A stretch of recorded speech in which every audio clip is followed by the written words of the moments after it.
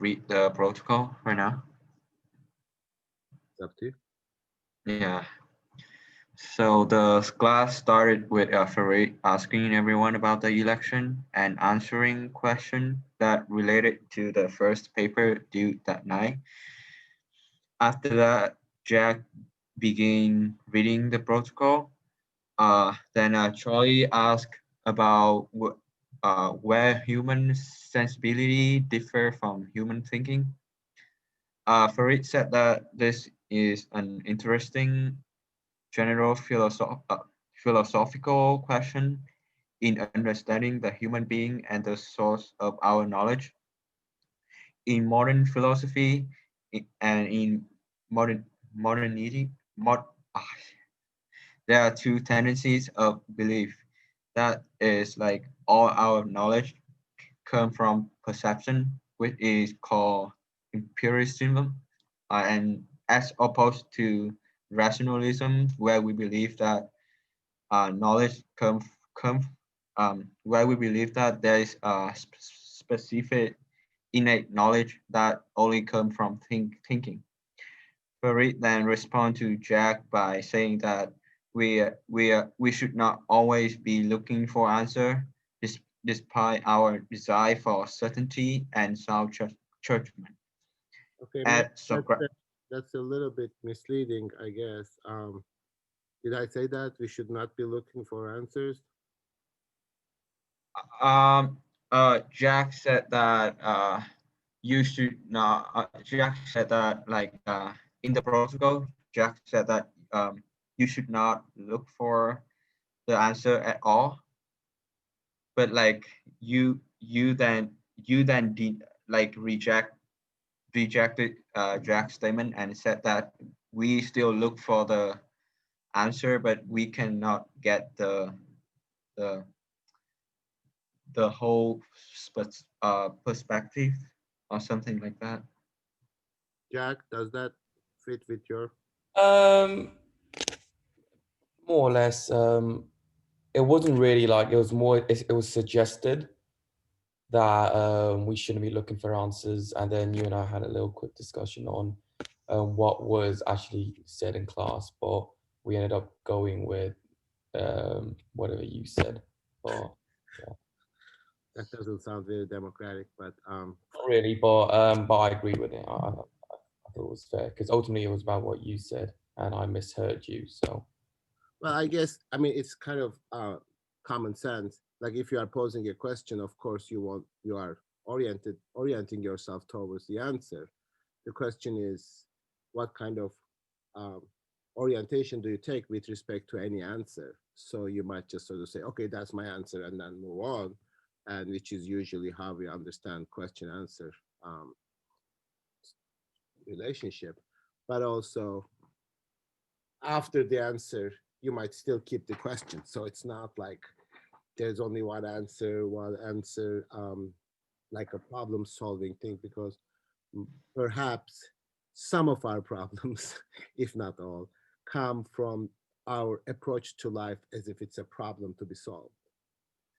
Just like, fix it, whatever. And then that sort of in your paper, some of you captured this notion of like, that is tragic because there's something inherently unfixable about life because it is always temporary and it's going to end in death, and that's really the structure of life. So maybe we can find a better orientation towards that if we are a little bit more critical about our approach to life as solving problems.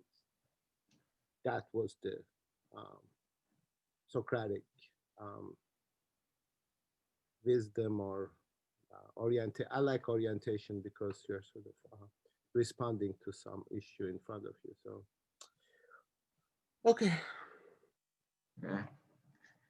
So I have this right here, like as Socrates said, you will look for an answer, but like you will not be satisfied with the immediate and superficial answer. Correct.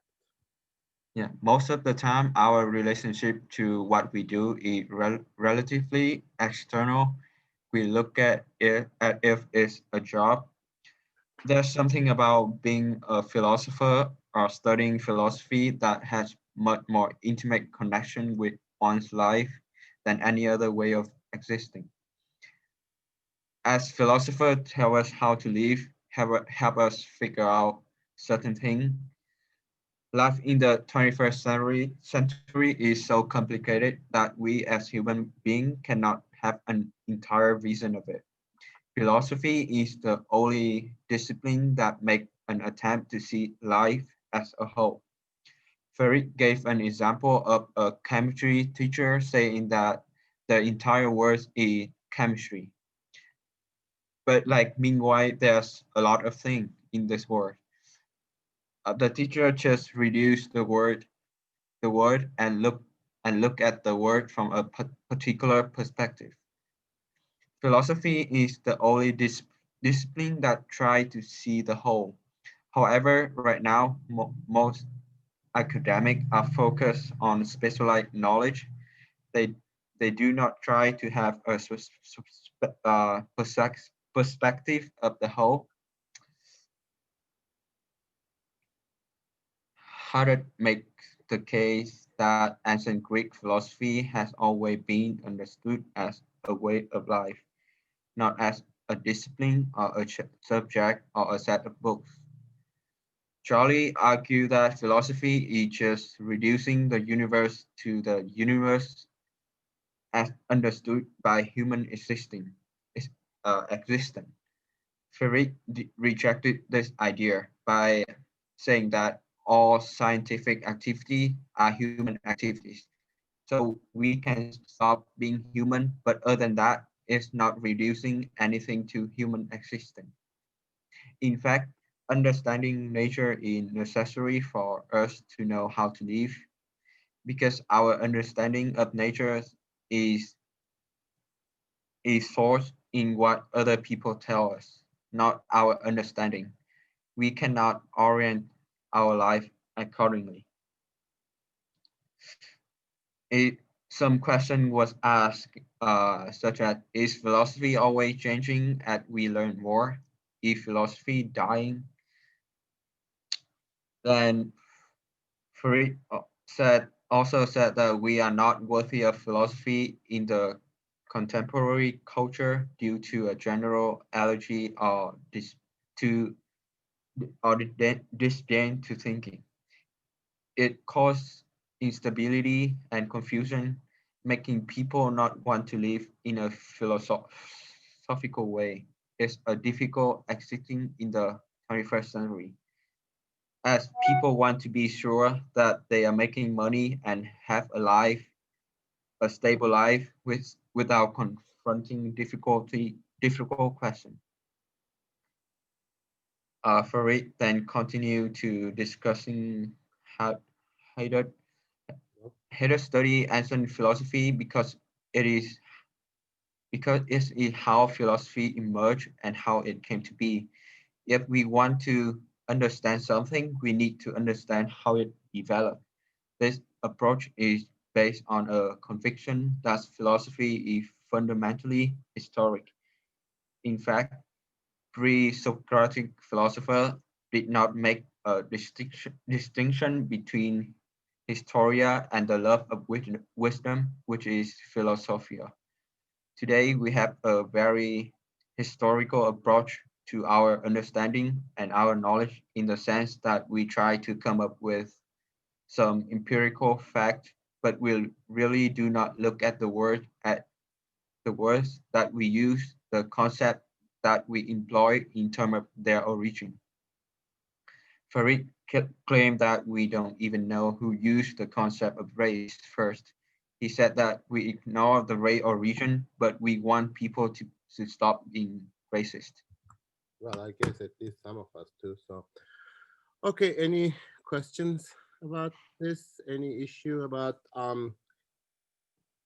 what it means to approach a question like climate change, for example, and our place in nature, our relationship to nature, philosophically as opposed to scientifically, or in different from scientifically, because as I said, we see climate change simply as a problem to be solved. we don't really see its implications in terms of our relationship to nature. So that was the point. Yes, Olivia. This isn't a deep philosophical insight. I just kind of wanted to freak out about this. I saw a New York Times article that was like, oh, a crazy idea that used to be on the fringe is picking up support. And it was literally the Snowpiercer idea. Like, we're going to release things into the atmosphere and it's going to cool the Earth. And, like, I'm excited to die in the snowdrifts. I think it's going to be great. I thought Snowpiercer was like saving us from the. In Snowpiercer, which by the way is a bad movie, they put like a thing in the atmosphere. It's not good. They put a thing in the atmosphere and it freezes the Earth, and then the only people who live are the ones upon this like eternal train. Yeah. Okay. So yeah, maybe I asked something else. I watched something else. Is there a. Okay, I should stop this. Kind of thinking about how I would not try to explain or justify, but just like answer questions from Socrates if I had a conversation about why I was doing what I was doing. And I was thinking if like there was a modern day Socrates, would he love and thrive in this world because it's so easy for him to exist in the way in which he existed, or would he like explode because of the way that is thought by the majority? I don't know. I mean, The class had read the third chapter of What is Ancient Greek Philosophy by Haddett for this morning's discussion. Free began the conversation on the distinction of university teaching and how philosophy became a discipline as a way of life. The nature of knowledge can be understood through the idea of paideia, which Socrates claims to be the foundation of the university. Free mentions the sophists who charge to educate others. Plato's Academy and Aristotle's Lyceum were created to be a response to the sophists and their selfish education. Free introduces Socrates' criticism of knowledge, saying it is not pre-established but is considered as a way of being. It doesn't flow from one person to another, rather you learn from your environment and those surrounding you. Worth given to the degree has influence on your image. Kay asked if contemporary philosophers need postgraduate education in order to be valued and acknowledged as professional. Freet replied by saying that favoritism and corruption of the field in the United States influences the judgment of texts and their merit. Kate questioned the structure of philosophy outside of the US, and Freet continues the discussion by describing apprenticeship within Europe, where a pupil studies under a professor for a certain period of time. Charlie said that typically respected professionals in history say they have worked under a mentor, and he then asks if this system is best for developing. Free explains Socrates' philosophy of mentorship, where you learn by the virtue of being in the presence of another person. that was a general thing in the Greek life, apparently, and Socrates is one of them. The method of naivete was discussed for the majority of the second half of class and drove the conversation. Freed explained that the questions of justice and piety are raised as a specific response to a current event rather than them being asked as just aimless philosophizing. It is a socio-political act and made out of resistance to conventional definitions. Freed specified that your values, understandings, and presumption influence this resistance. We closed the class on the topic of happiness as an ideology, wherein the responsibility for happiness is placed on the individual. Freet said that the issue with personal happiness is that the conditions and values of our society are not conducive to it. The satisfaction of desires does not reflect the overall well-being of a society.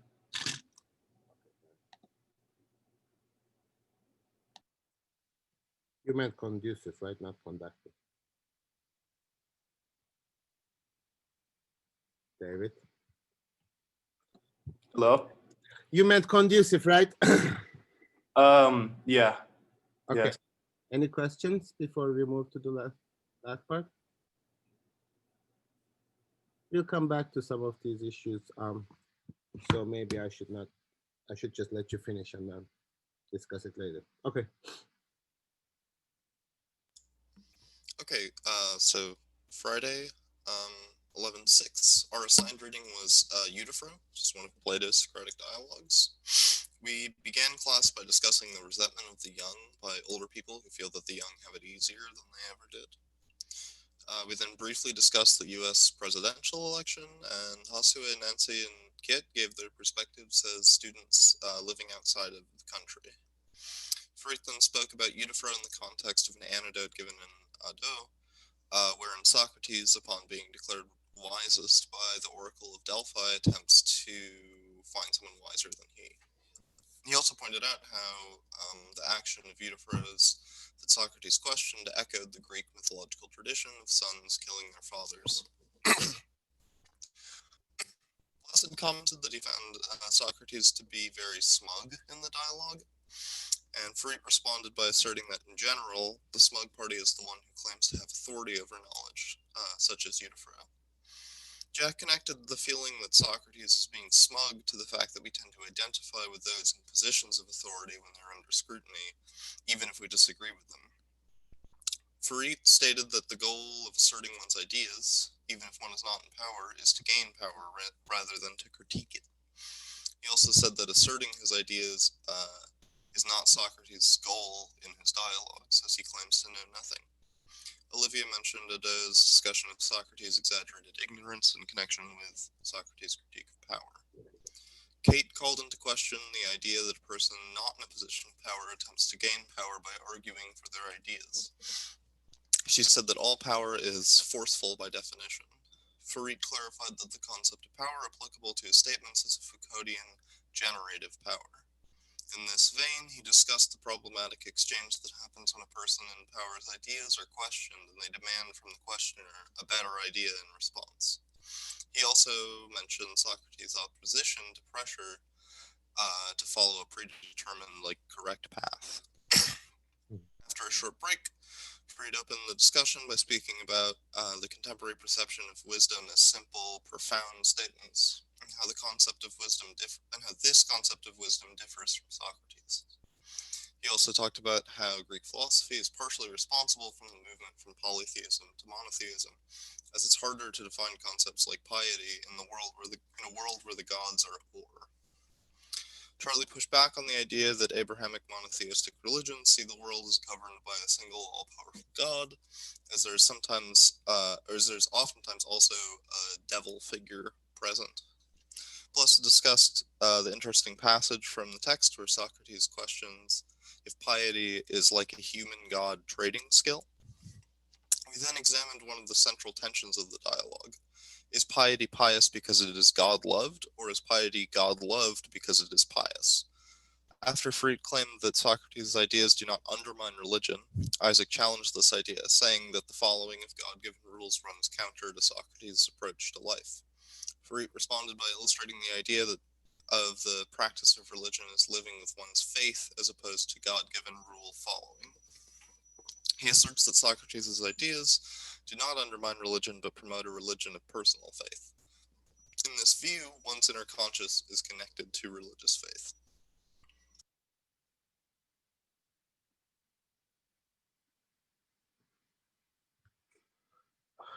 Okay, questions?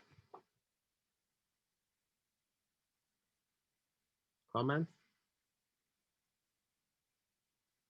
Complaints? Expressions of exasperation?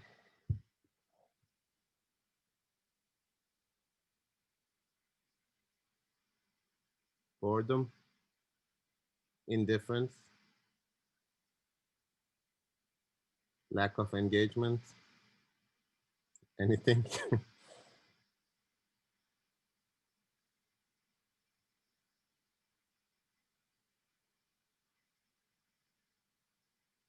Did I misrepresent anyone in that summary?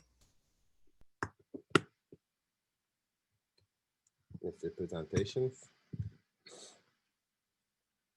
Isaac challenged me. Did you challenge me? Sure, I felt well represented. It was a challenge.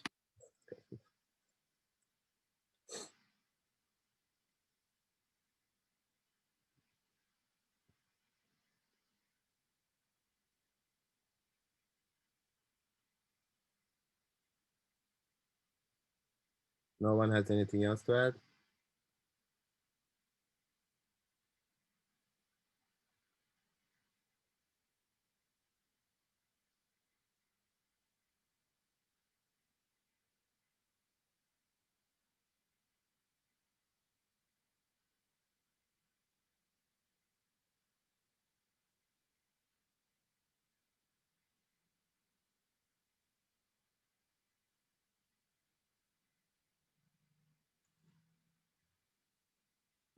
I would say starting with the 19th century, certainly going on to 20th century, and I'm not really sure anymore about the political implications of faith and how it works now and for the 21st century, but certainly in the 19th and 20th century, our understanding of religion really revolves around the question of faith, individual belief, which seems pretty obvious to us, sort of common sense.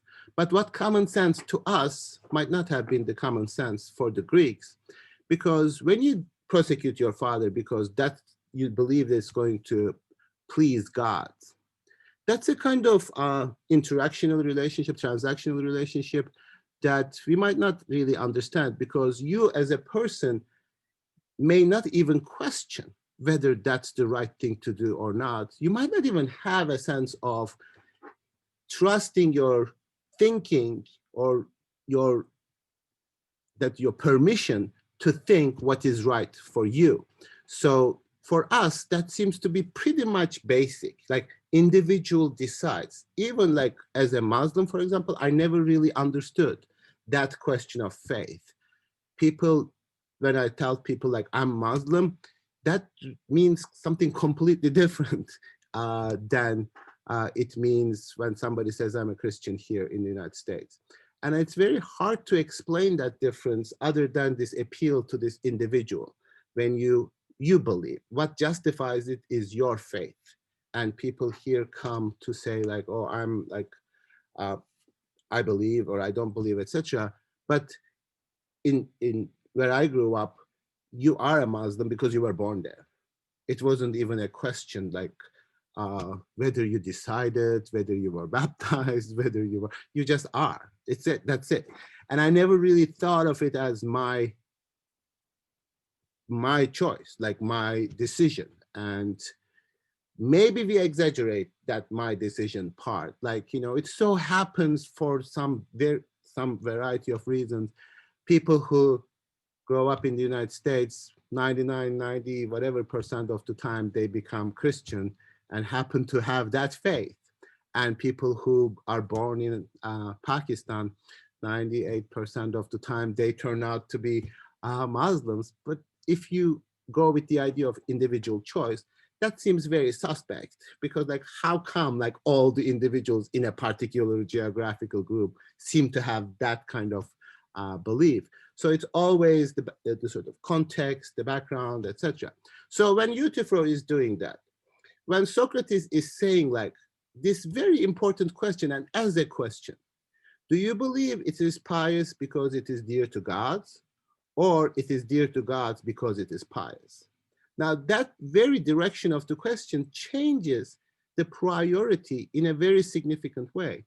Then you say, I have an ability to raise a question of what is right, which gods must conform to that idea of right, not that I will learn my idea of right from gods. I don't know whether this makes sense, but this is a very different understanding of religion.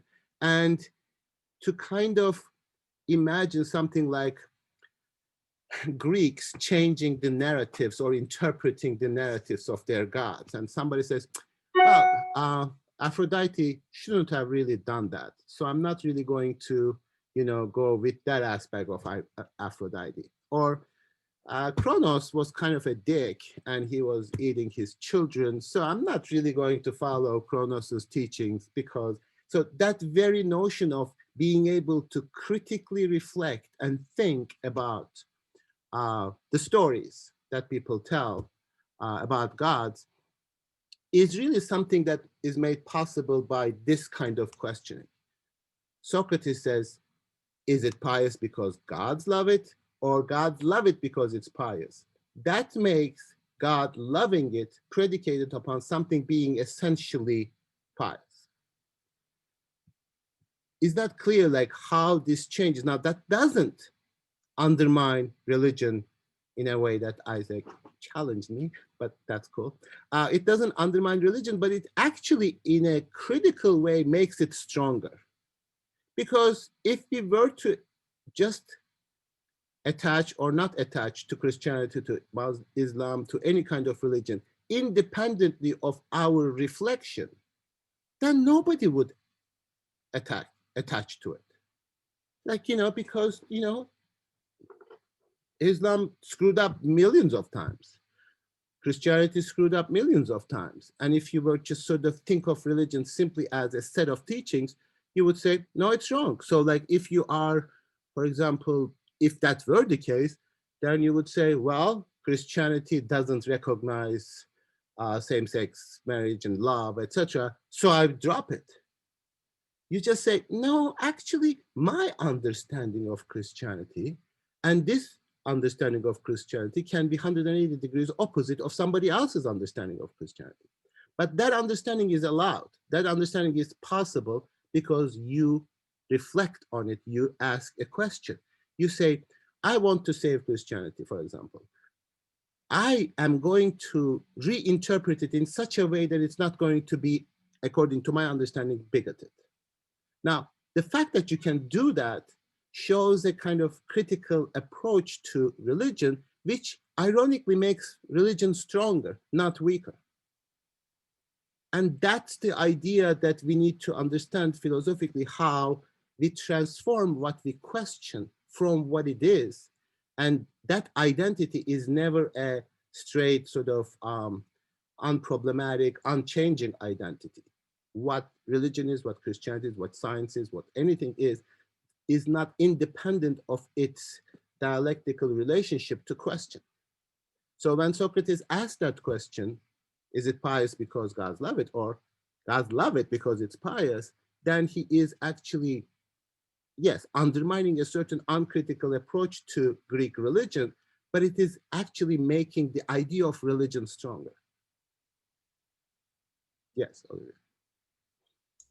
I have a sideline, which is that I don't understand the idea of dialectics very well, and I was wondering if you could expand on it a little bit. Okay, dialectic in general, of course, it has a huge philosophical history, but this idea of how you relate to your opposite and how that opposition defines your identity. So in a sense, like you insist any kind of construction of identity, you say, I am this and I'm that, etc. That kind of assertion or understanding of predication already presupposes a contrast with the opposite. So when I say, I am a proud Turk, whatever, I don't, but I might.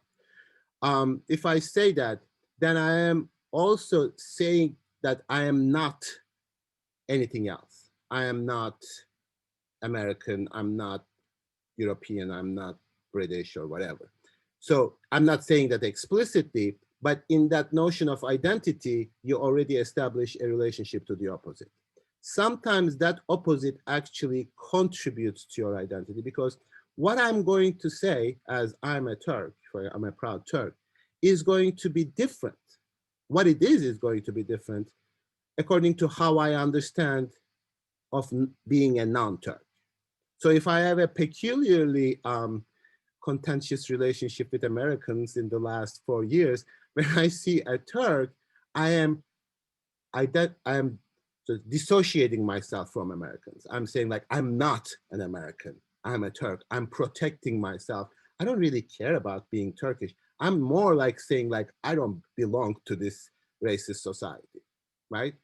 But if I say it now, then it will be something different, because now, well, now that racism is over, right?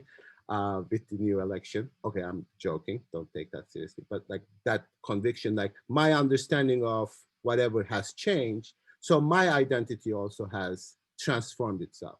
So that's the dialectical notion that you constitute your identity always through the other, through the opposition, or through the negation. Because my understanding of being a Turk is completely different than somebody else's understanding of Turk.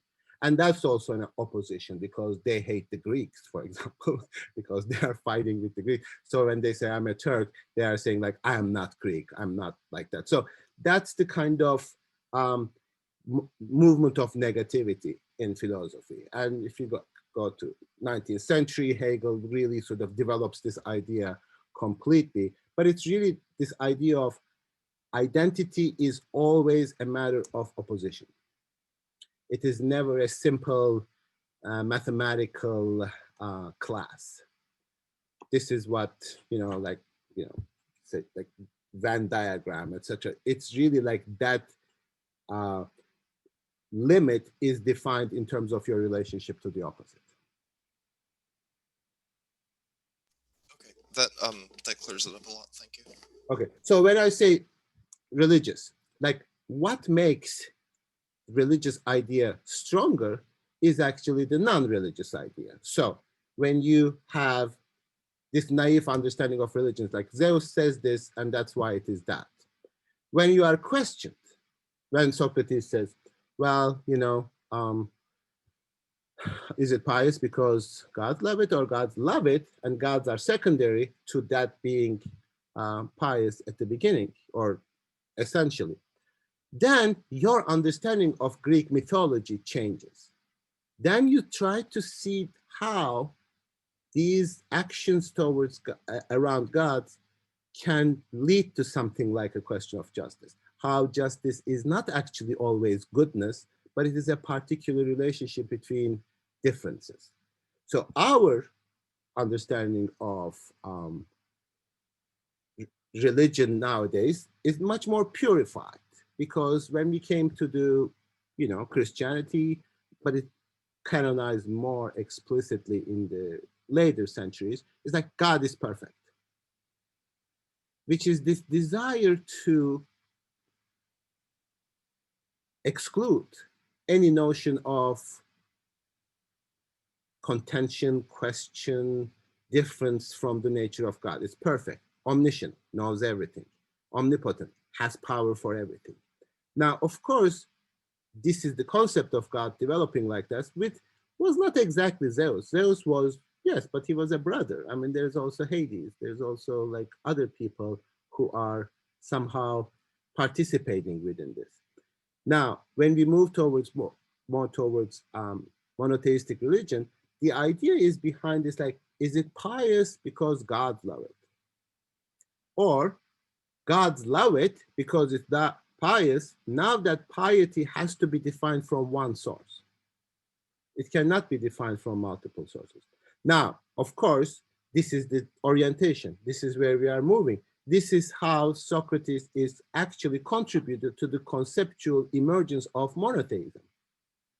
Why Greeks later on believe, like, or continue to believe, Orthodoxy and Christianity no longer Greek paganism. So is that a religion? Yes. Is it the Greek religion? Yes. Is it the same? No. Why is it not the same? Because it is questioned by something which is ostensibly outside of it. But maybe Socrates was not outside of it. Maybe if you read Apology, he says, I'm following the gods, I'm following Apollo. I am actually contributing to a better understanding of religion of itself.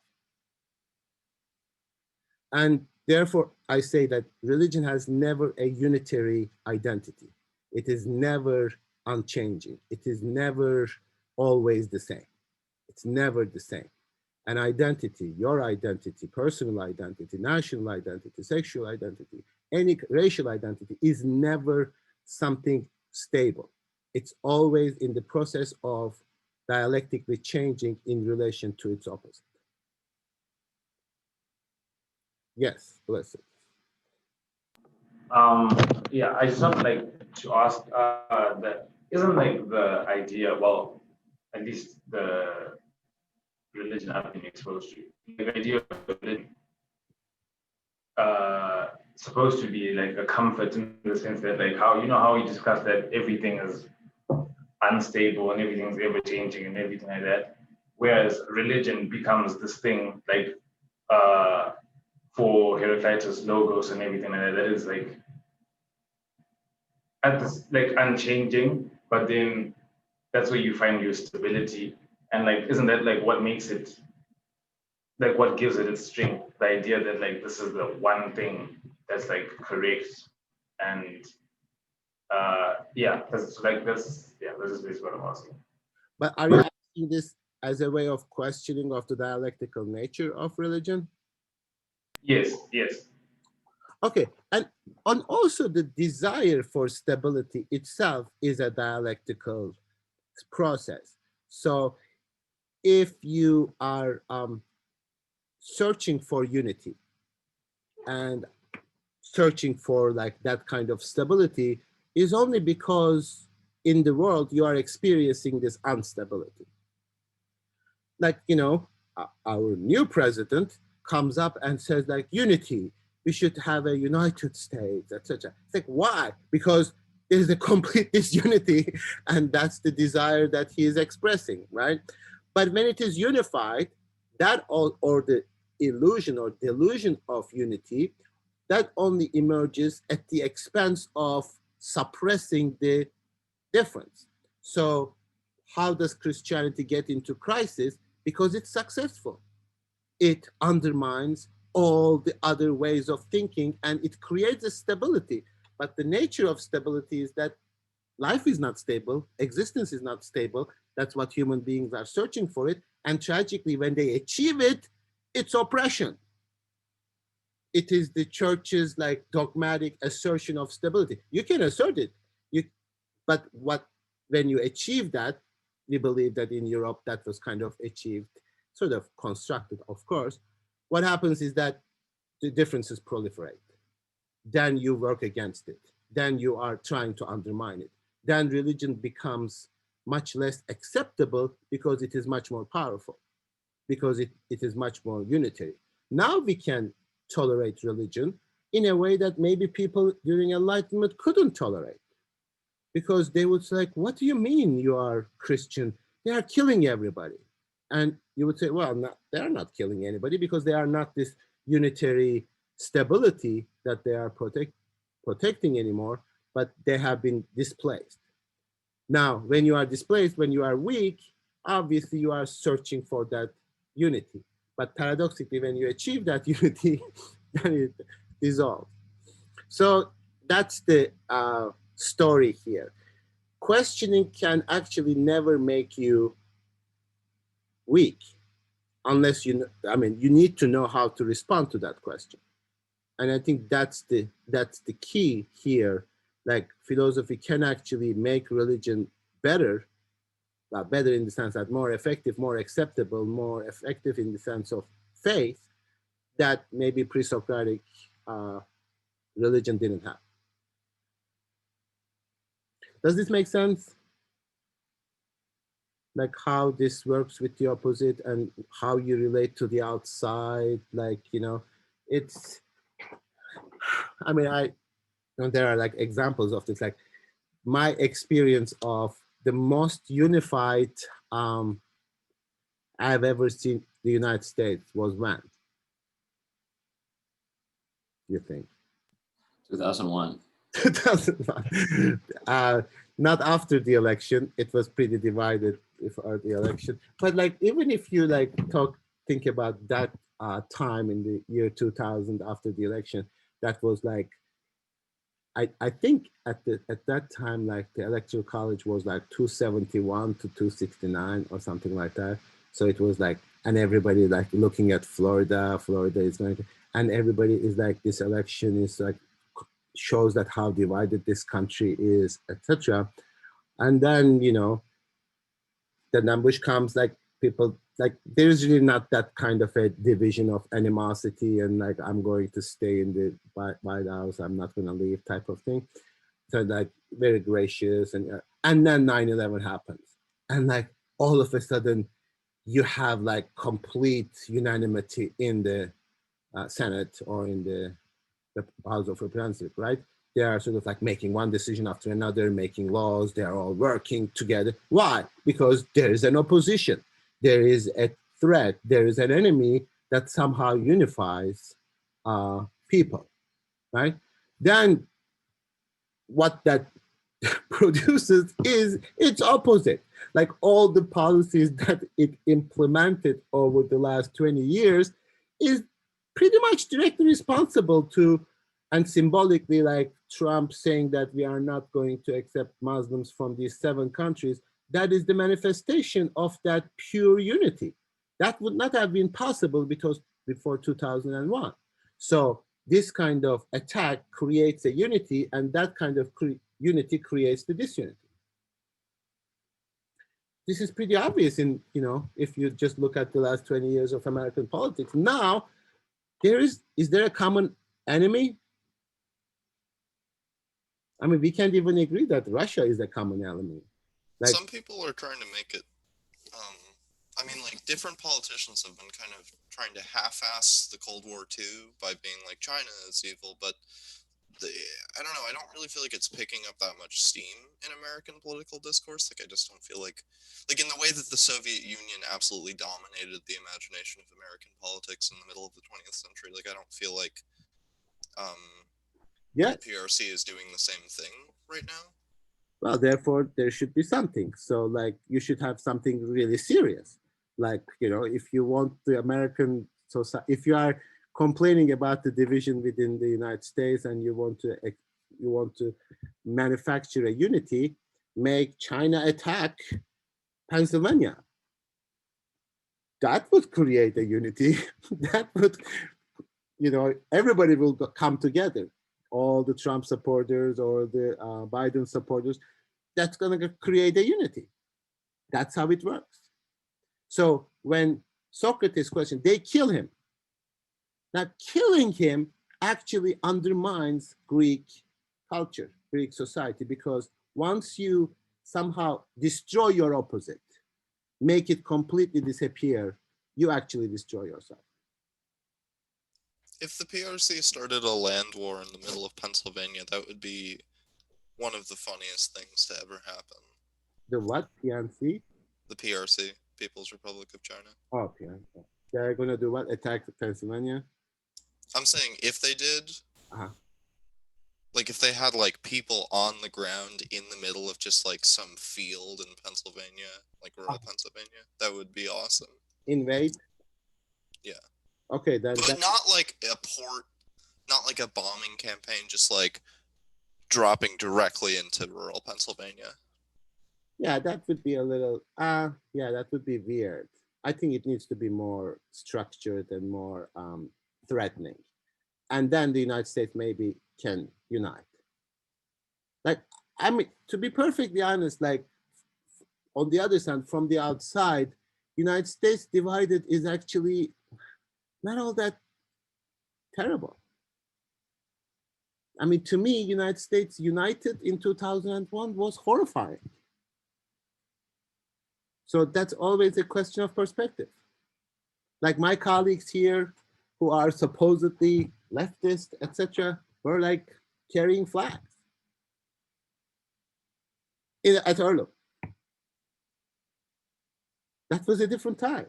So that it was different. So that's the notion that when Socrates raises this question, so philosophical question actually makes you stronger, according to Nietzsche, if you are actually a healthy culture.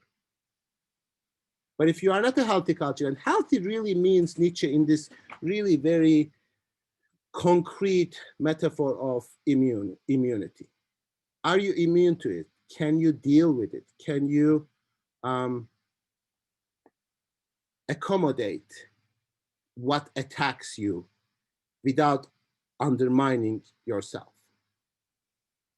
And that's why he says the Greek society was very healthy, and that he could tolerate philosophy. So have you started privately chatting with each other, or is that what's going on?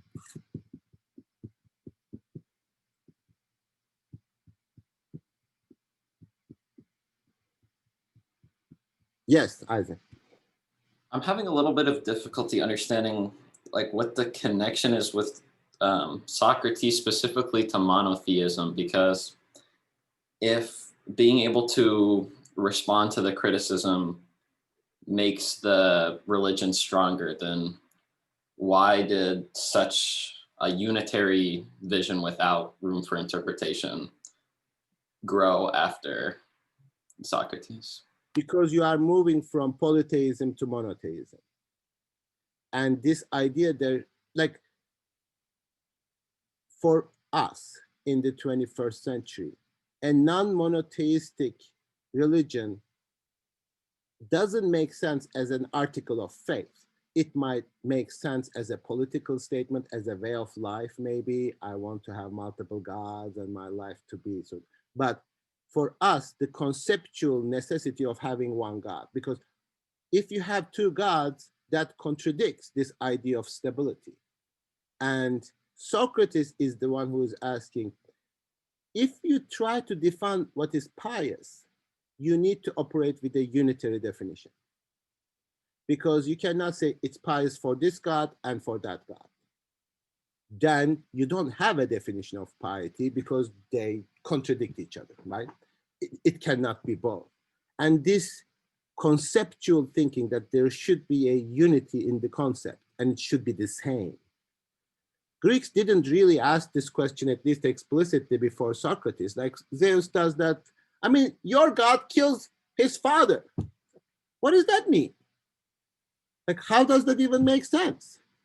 I mean, your God kills his son. That's a different issue. But like, you know, Kronos is eating his children. Zeus kills Kronos and makes him vomit all his children. It's like, how do you like take this seriously? How do you like, are you on the side of Kronos or are you on the side of Zeus? Should you kill your father? Should you prosecute your father? I mean, if Euthyphro imagines himself as Zeus, of course. But, you know, how about Kronos? So it doesn't really give us a map of how to even behave and answer certain questions. So for us, after post-Socratics and post-monotheism, that's the idea of God that makes sense. And why are people now, some people are at least sort of endorsing polytheism as a negation of monotheism because they think that's too oppressive.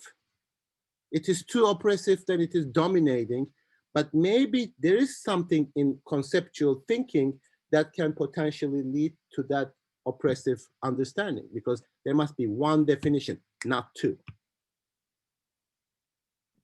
So it's more about Socrates' specific thinking on religion, even though monotheism is less conducive to his general questioning of everything. Well, actually, monotheism is more conducive to what he is looking for. Because when you say, what is piety? You are not asking what is pious for this God or what is pious for that God. You are asking, like, what's the idea of piety? And the monotheistic religion as a concept emerges from that unitary thinking. There must be one. And so somebody asked a question about the devil, for example. You need the division. So that's the sort of nature of dialectic. While you are searching for the unity, ironically, in order to keep that unity, you need the division. This is the I shouldn't say paradoxical, but the dialectical nature of it. You search for unity, you are looking for unity, but for that unity to be possible, you need to have the idea of disunity. Therefore, you have like the devil or the opposite, the bad, the evil, etc. Yeah. I feel like if you wanted to make like 5-minute YouTube video, like popular internet content about like Hegel or something, it would be better to be like, it's Hegel's paradox instead of just like talking about it as dialectics. Like I feel like the word paradox is both inaccurate, but also good for the views. How about Hegel's cat? Hegel's cat, there you go. Is the cat alive or dead? We don't know because we haven't opened Hegel. Or is it one or the other? Yeah, that's right. I can do that. That will be popular probably, yeah. But you also have to make them read Plato and Hegel and all that, so that might be hard. have to. There's no time for that. Like you have to make a channel called 1 Minute Philosophy, where the videos are 1 minute. 1 minute long.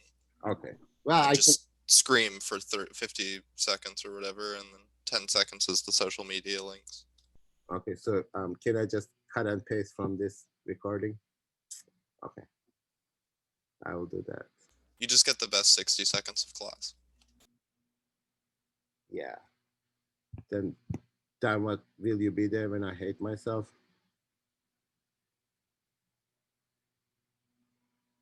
For doing that? Are you gonna appease me? So Yeah. thank you. You are looking for something in the midst of disunity, but what you are looking for is actually going to create your demise. It's not going to give you what you are looking for.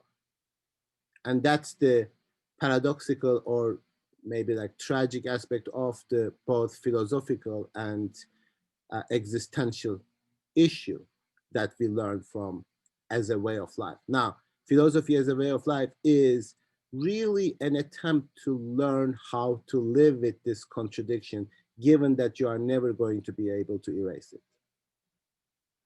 And it will always give you a perspective, whatever you are undergoing, that you are not going to be too excited and too patriotic during 9/11, and you are not going to be too sort of self-righteous at any given point.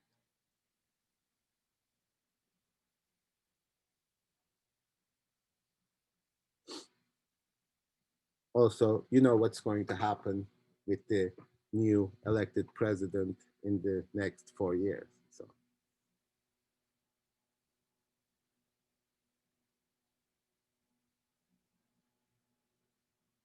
Okay, so you are like giving me this like suspicious smile. So I'm like, what's going on? I'm just thinking about Joe Biden's international policy. Oh, well, like Jack, Kate, Nancy, Kelly, always like you have this like smile that's very disarming. Like you need to explain that to me. I'm just thinking about the Hegel's paradox thing still. Quite honestly, my brain is still kind of. Okay. I just have a pretty wild imagination when you say stuff. Sometimes I relate it to other really off-topic things, and it gets funny. You really are quite entertaining, Free. Like you really should hop on this YouTube channel idea. Entertaining. Yeah. You said entertaining? I feel like I'm always having a great time. Oh. Yeah. Okay, good. Well, what else is there? That's the whole point, isn't it? But I mean, you can